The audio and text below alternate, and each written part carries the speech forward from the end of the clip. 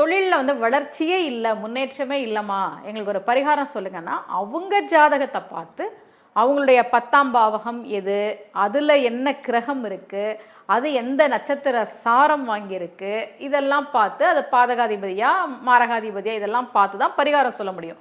அதனால் ஒருத்தருக்கு சொல்கிற பரிகாரம் எல்லாருக்கும் வராது. ஆனால் பொதுவான பரிகாரம்னு ஒன்று இருக்குது. வெள்ளிக்கிழமை அன்னைக்கு, அதுதான் மகாலட்சுமி தாயாருக்கு உரிய நாள். அந்த வெள்ளிக்கிழமை அன்னைக்கு சாயந்தரம் 8 to 9, எப்போவும் நீங்கள் அலுவலகம் பூட்டுற நேரமாக தான் அது இருக்கும்.